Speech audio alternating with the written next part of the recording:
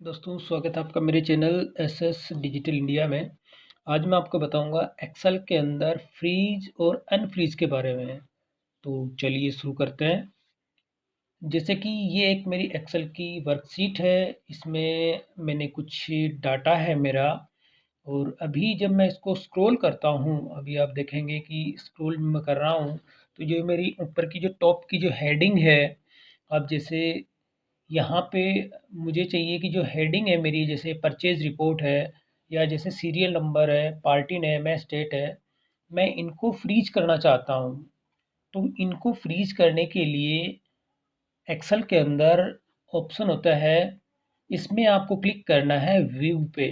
जब आप व्यू पे क्लिक करते हैं तो आप देखेंगे यहाँ पे होता है फ्रीज पैन। जब आप फ्रीज पैन पे क्लिक करते हैं तो सबसे पहले आता है फ्रीज पैन। तो जैसे ही आप फ्रीज पैन पे क्लिक करते हैं तो यहाँ पे सबसे आपको ये माइंड में रखना है कि आपका जो पॉइंटर है यानी एक्टिव सेल कौन सा है। अगर आपका एक्टिव सेल मान लीजिए यहाँ पे है और आप जब करते हैं फ्रीज पेन्स और यहाँ पे आपने क्लिक किया फ्रीज पेन्स पे, तो यहाँ देखिए ये आपका जो जहाँ पे पॉइंटर रहेगा वहीं से आपकी वर्कशीट को फ्रीज कर देगा। अभी देखिए जैसे मैं स्क्रॉल करता हूँ तो ये देखिए ये स्क्रॉल हो गया है। अगर मैं इसको लेफ्ट एंड राइट भी करता हूँ, जैसे मैंने यहाँ पर लेफ्ट किया, तो इस तरह से देखिए। और ठीक इसी तरह से जो है यहाँ पे आप देखेंगे तो यहाँ अगर मेरा डाटा, अगर मेरे कॉलम और भी होते तो ये यहीं पे, अगर जैसे मान लीजिए मैं अब कुछ कॉलम यहाँ इंसर्ट कर लेता हूँ इसके अंदर, जैसे मैंने कुछ कॉलम इंसर्ट किए और मैं और भी कॉलम अगर इंसर्ट कर लेता हूँ, ये देखिए। तो अभी मैं जब कॉलम इंसर्ट कर रहा हूँ तो मेरा जो फ्रीज का पेन का जो है, क्योंकि मैंने जो फ्रीज किया है तो कॉलम इंसर्ट करने से वो रेंज ही इसमें आगे बढ़ती जा रही है। तो अगर अब मैं जैसे वापस इसको अंडू कर देता हूँ और अब यदि आपको ये जो फ्रीज पेन है इसको अनफ्रीज करना है, तो जब आप यहाँ क्लिक करेंगे तो पहले ये फ्रीज पेन था, अब यहाँ पे हो गया अनफ्रीज पेन। तो आपको इस पे क्लिक करेंगे तो ये देखिए आपका अनफ्रीज हो गया। और अब इसमें जो सेकंड ऑप्शन होता है ये होता है फ्रीज टॉप रो। तो जब मैं इस पे क्लिक करता हूँ तो देखिए, तो टॉप जो रो है मेरी, इसमें आप देखेंगे 1 नंबर की मेरी टॉप रो है। तो ये देखिए परचेज रिपोर्ट, जिसमें मेरा कंटेंट है टॉप रो, केवल वही फ्रीज हुई है, बाकी नहीं हुई है। फिर इसमें आप देखेंगे सेकंड ऑप्शन होता है फ्रीज फर्स्ट कॉलम। तो जैसे मैं फ्रीज फर्स्ट कॉलम पे क्लिक करूंगा तो अभी आप देखेंगे कि ये कॉलम जो होता है मेरा ए वाला कॉलम ये फ्रीज हुआ है। जब आप देखेंगे यहाँ से, जब मैं यहाँ पे स्क्रॉल करता हूँ इसको देखिए, तो ये अभी कॉलम मेरा फ्रीज हुआ है। और अब इसे मैं वापस कर देता हूँ अनफ्रीज। अब आपको फ्रीज करना है कस्टमाइज, आपको अपने अकॉर्डिंग फ्रीज करना है। जैसे कि मान के चलिए आपको क्या करना है, जैसे ये 4 नंबर की जो रो है, अब इसके नीचे जैसे आप यहाँ पे है, अगर आपको फ्रीज करना है तो आपको क्या करना है, यहाँ से आप क्लिक करेंगे इस रो के नीचे, जैसे यहाँ पे 1 पे मैंने क्लिक किया और यहाँ मैं कर देता हूँ फ्रीज पेन्स। तो ये देखिए अब यहाँ पे क्या होगा कि जैसे ही मैंने जो पूरी रो को सेलेक्ट किया और अब देखिए ये जो मेरी रो थी जिसके नीचे मैंने सेलेक्ट किया है, तो वहीं से मेरा एरिया पूरा फ्रीज हो गया है। और अब इसको अनफ्रीज करने के लिए आपका पॉइंटर कहीं पर भी रहे वो कोई मैटर नहीं करता। और जब आप इस पर क्लिक करेंगे अनफ्रीज पे तो ये देखिए आपका अनफ्रीज हो जाएगा। तो इस तरह से जो है आप फ्रीज और अनफ्रीज कर सकते हैं। अब यदि आपको जैसे मान लीजिए कि ये सीरियल नंबर जो है और ये सीरियल नंबर का कॉलम और ये वाली पूरी रो अगर आपको जो है फ्रीज करना है तो यहाँ क्लिक करेंगे आपको फ्रीज पेन पे। तो अब देखिए टॉप की मेरी रो भी हो गई है और सीरियल नंबर को अब आप देखेंगे तो ये सीरियल नंबर भी मेरा अभी फ्रीज हो गया है, देखिए।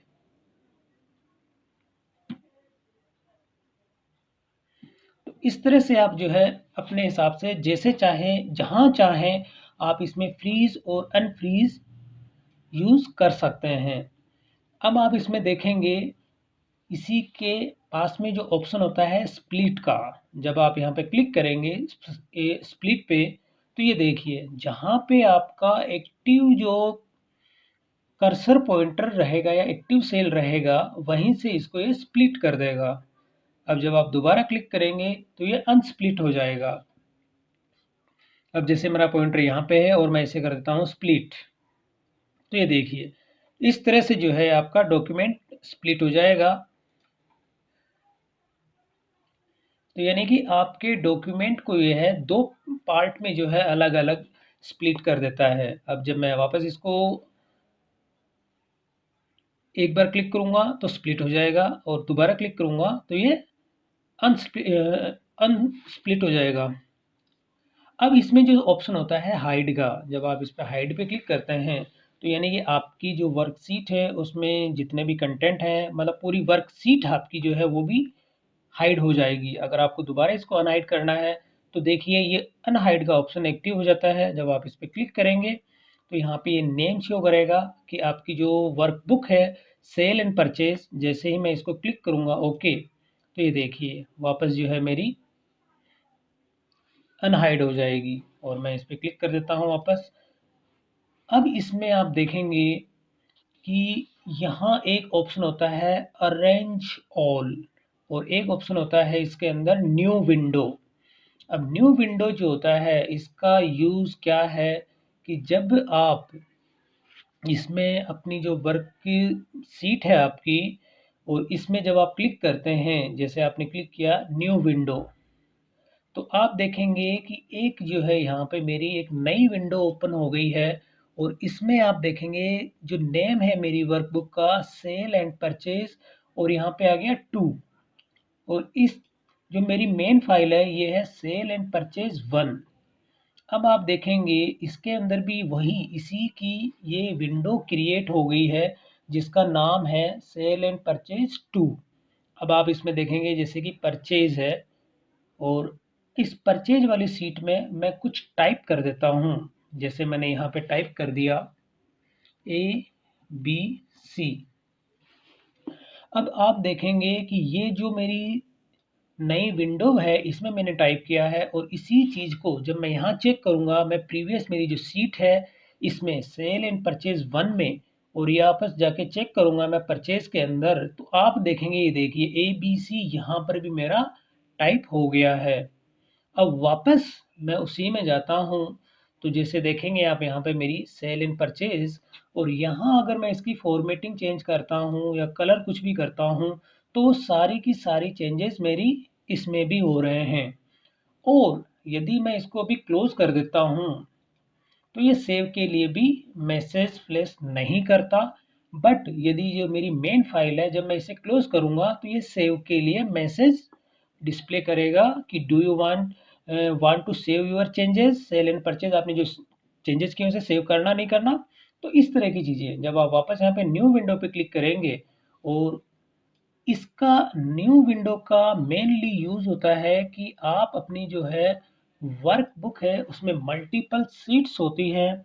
उन सीट में अगर आप काम कर रहे होते हैं तो एक की पर्टिकुलर एक सीट है या कोई अलग सीट है जिसके कि आपको बार-बार अगर उसमें वर्क करना होता है तो उसके लिए आप एक नई विंडो क्रिएट कर सकते हैं और उसमें आप ईज़ी वे में काम कर सकते हैं। अब इसमें आप जो भी चेंजेस करेंगे कंडीशन के अंदर, जो भी फॉर्मेटिंग आप अप्लाई करते हैं या कुछ डाटा कंटेंट जो भी इसमें एडिटिंग करते हैं, डिलीट करते हो, तो सारी चीज़ें आपके इसके अंदर अप्लाई होगी। और जैसे आप इसे क्लोज़ करेंगे तो ये अगर आप इसे सेव भी करते हैं, जैसे आपने सेव किया तो डाटा सेव हो जाएगा। और अब मैं यदि यहाँ से क्लोज़ करता हूँ और अब अगर मेरी ये मेन फाइल है इसे भी मैं क्लोज़ करता हूँ तो देखिए अब यहाँ पे कोई मैसेज फ्लैश नहीं हुआ क्योंकि मैंने विंडो में ही उसको सेव कर दिया था। अब जब मैं वापस दोबारा इसको ओपन करता हूँ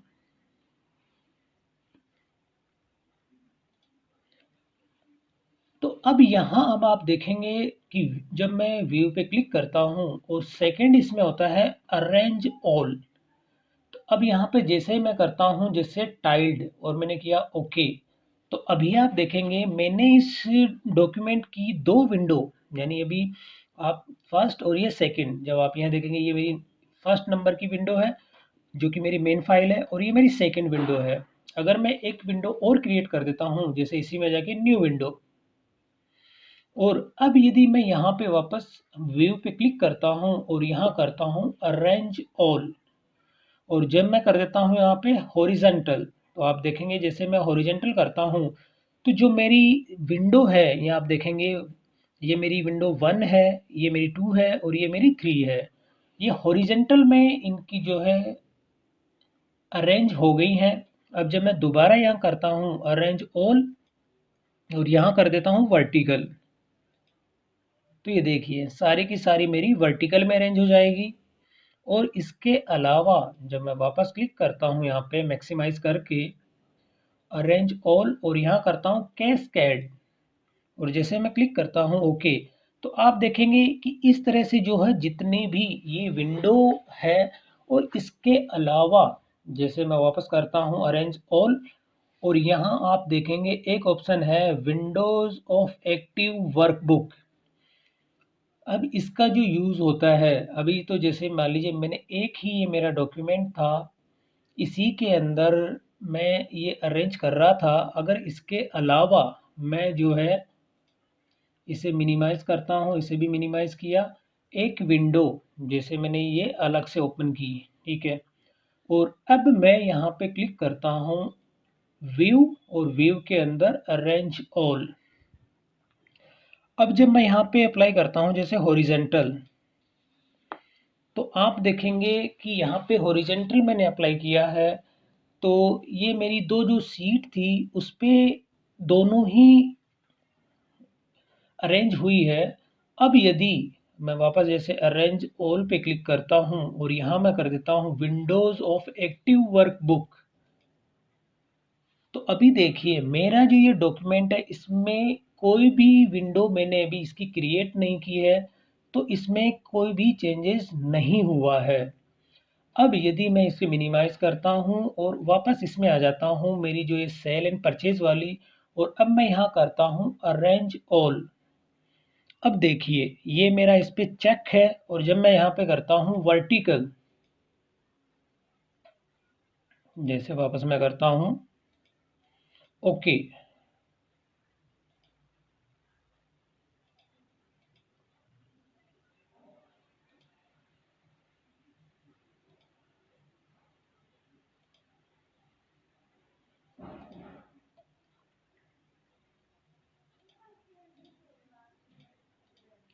मैंने सभी को जो है मिनिमाइज किया था, तो आपको मिनिमाइज नहीं करना है।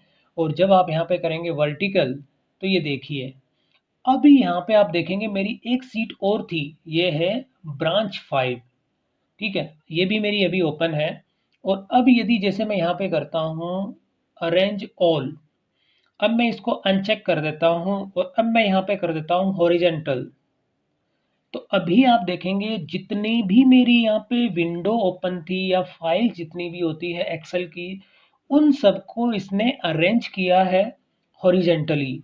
और अब यदि वापस मैं यहाँ पे अरेंज ऑल करता हूँ और यहाँ मैं कर देता हूँ वर्टिकल, तो आप देखेंगे जितनी भी ये मेरी है एक्टिव वर्कशीट और एक्टिव वर्कबुक होती है, उन सबको इसने वर्टिकल अरेंज कर दिया है। अब यदि यहाँ पे मैं क्लिक करता हूँ, अब इस पे कर देता हूँ विंडोज ऑफ एक्टिव वर्कबुक, और इसे मैं कर देता हूँ हॉरिजेंटल। अब जैसे ही मैं क्लिक करूँगा ओके, तो अभी आप देखेंगे इसके अंदर केवल वही एक्टिव वर्कबुक, यानी कि मेरी जो आप देखेंगे एक्टिव वर्कबुक है sale and purchase, sale and purchase, sale and purchase.